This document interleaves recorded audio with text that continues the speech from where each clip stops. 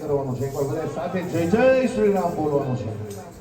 તમને બધાને ખબર છે કે આ જયકાર કરો સાહેબ જે અહીંયા હિન્દુસ્તાનના હોય, હા, જે સનાતન ધર્મમાં માનતા હોય એ બધા બોલજો. પાકિસ્તાન જે હોય ને એ બોલતા. હા હા, જ્યાં સુધી મારો અવાજ પહોંચતો ત્યાં સુધી હું અહીંથી એમ કહું કે મેરે ભારત કા બચ્ચા બચ્ચા, અને તમારે બધાએ બે હાથ ઊંચા કરીને સાથે બોલવાનું છે જય જય શ્રી રામ બોલેગા. અને ભાવથી પ્રેમથી બધા બોલીએ ત્યારે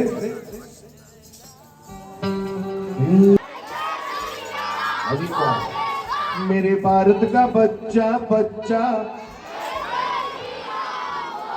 बालकनी बापू हाथ ऊंचा करो.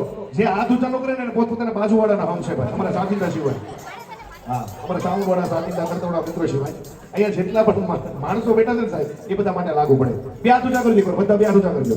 હા, ओ मेरे भारत का बच्चा बच्चा,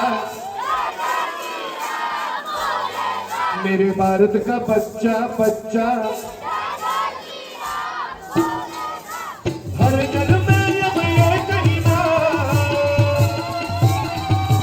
हर घर में अब एक ही नाम, एक ही नारा गूंजेगा. मेरे भारत का बच्चा बच्चा, जय जय श्री राम.